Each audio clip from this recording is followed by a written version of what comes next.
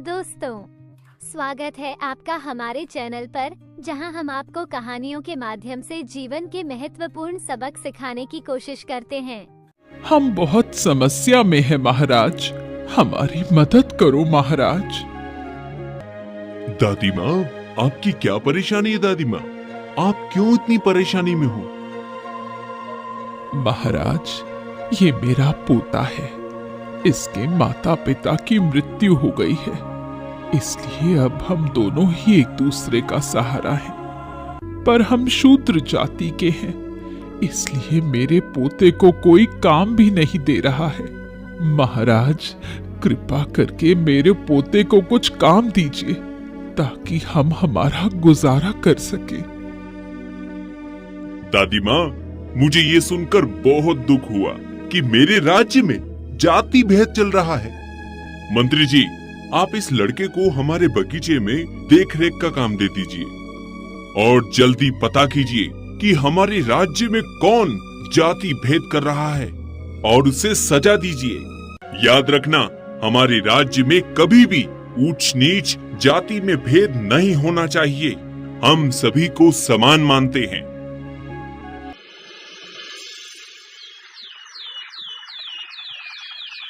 एक दिन महाराज दीनदयाल वन भ्रमण के लिए जंगल में निकले।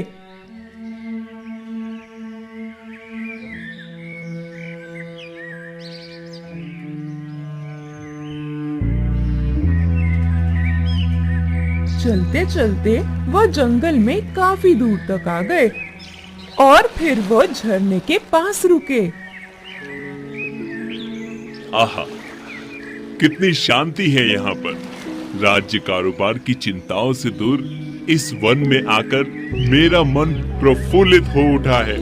मैं अपार शांति का अनुभव कर रहा हूँ। मैं अब कुछ देर यहीं गुजारता हूँ। ऐसा सोचकर महाराज दीनदयाल वहीं पर उस मनमोहक दृश्य में खो गए। पर कुछ ही देर बाद उन्हें किसी के चिल्लाने की आवाज आई। बचाओ, हमें बचाओ, हमें कोई बचाओ, बचाओ। अरे, ये आवाज कैसी है? ये आवाज तो उसी ओर से आ रही है। लगता है कोई बड़े संकट में है। चलो, मैं जाकर देखता हूँ। महाराज उसी ओर निकल गए जिस ओर से वह आवाज आ रही थी।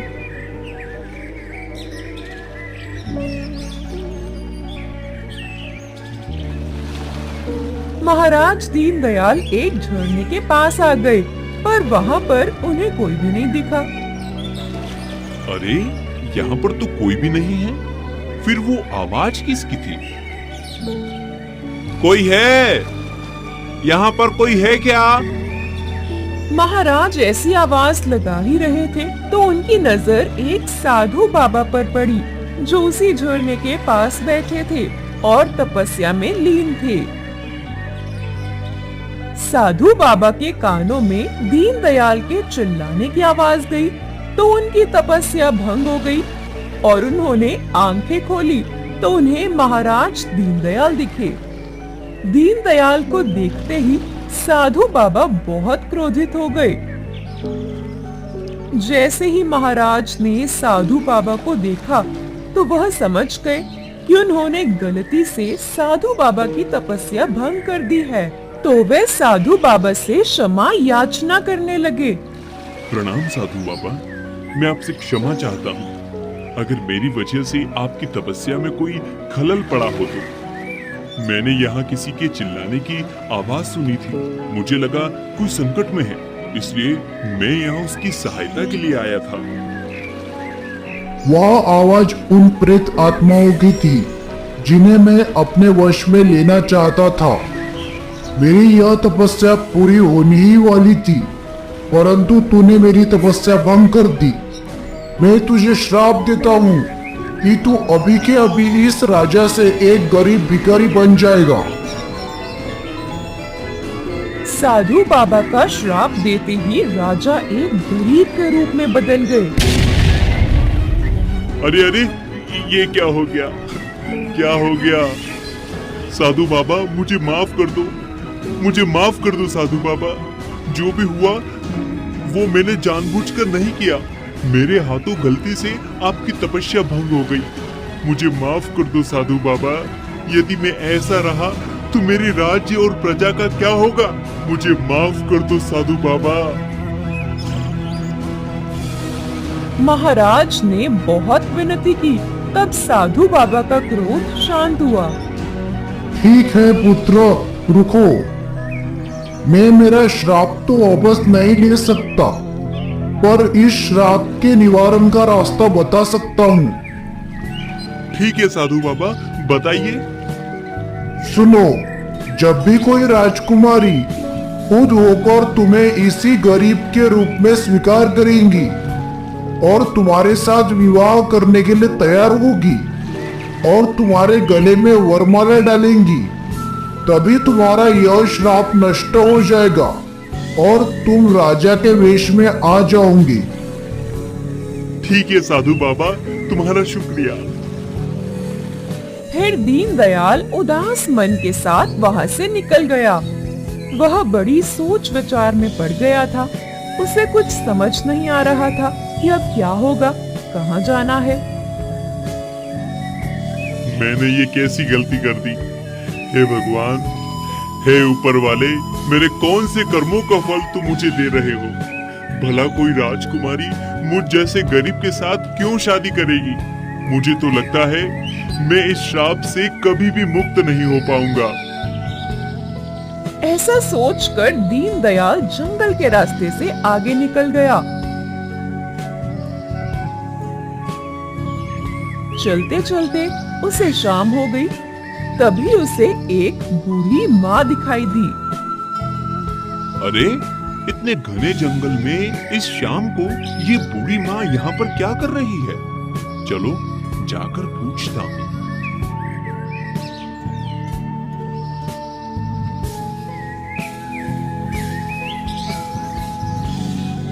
बूढ़ी माँ, आपको कोई समस्या है क्या? आप इस जंगल में अकेली क्या कर रही हो? पुत्र, मैं यहाँ पर पास में ही रहती हूँ। मैं जंगल से लकड़ियाँ लाकर गांव में बेचती हूँ और उसी से मेरा गुजारा होता है। पर आज लकड़ियाँ थोड़ी ज्यादा हो गई हैं, इसलिए मैं उन्हें उठा नहीं पा रही हूँ।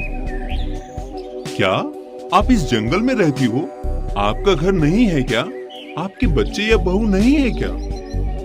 मेरे 2 पुत्र हैं और उनकी पत्नियां भी हैं, जो पास के गांव में रहते हैं। पर अब मैं बूढ़ी हो गई, इसलिए उन्होंने मुझे घर से निकाल दिया। तब से मैं इस जंगल में झोपड़ी बनाकर अकेली ही रहती हूँ। राम राम राम राम। कैसे लोग हैं ये, जिन्होंने उन्हें इस दुनिया में लाया, उन्हें ही उन्होंने बुढ़ापे में घर से निकाल दिया। देखना, उनके बच्चे भी उनको बुढ़ापे में उन्हें भी घर से निकाल देंगे। बूढ़ी माँ, तुम चिंता मत करो। आज से मैं तुम्हारा सहारा बनूंगा। मैं तुम्हारे साथ ही रहूंगा। मैं काम पर जाते जाऊंगा और पैसे लाते जाऊंगा। तुम सिर्फ झोपड़ी में रहकर हम दोनों के लिए खाना बनाते जाना। अभी मैं ये तुम्हारी लकड़ियां लेकर चलता हूँ। ठीक है पुत्र, शायद भगवान को मुझ पर दया आ गई, इसलिए उन्होंने तुम्हें मेरे पास भेज दिया। चलो अब। फिर बूढ़ी माँ और दीनदयाल झोपड़ी की ओर निकल गए।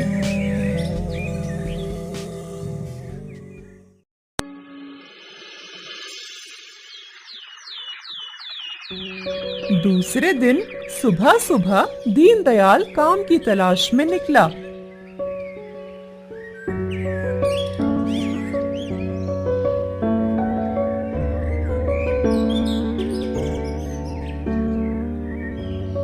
वह गांव के सेठ के पास गया और उन्हें काम के बारे में पूछा।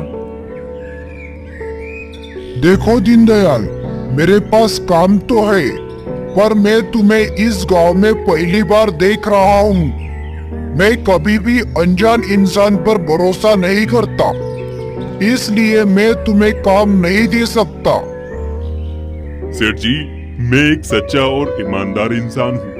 मैं कभी किसी के साथ धोखा नहीं करता। आप मुझे आधी पगार देंगे तो भी मैं तुम्हारे पास काम करने के लिए तैयार हूँ। मुझे काम पर रख लो सेठ जी, मुझे काम की बहुत जरूरत है। क्या आधे पगार में भी काम करोगे? ठीक है, तो मैं बाकी मजदूरों को दिन के 4 रुपए देता हूँ, तुम्हें मैं दिन का 2 रुपया ही दूंगा। मुझे चलेगा सेठ जी, आप सिर्फ काम बताइए। आज से तुम मेरा न्यू वन वाला खेत संभालो।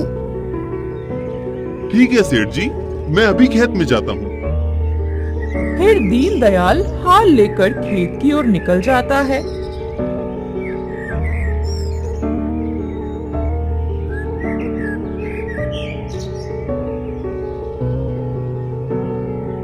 खेत पहुंचकर दीनदयाल खेत में काम चालू कर देता है। ऐसे ही कुछ दिन बीत गए। दीनदयाल पूरी ईमानदारी से और लगन से सेठ जी के खेत में काम करता था। सेठ जी भी ये देखकर बहुत खुश थे, इसलिए उन्होंने दीनदयाल की पगार भी बढ़ा दी थी।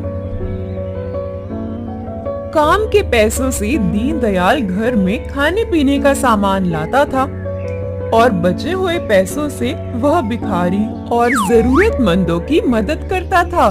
इस तरह से महाराज दीनदयाल की साधु बाबा के श्राप से मिली हुई गरीबी वाली जिंदगी चल रही थी।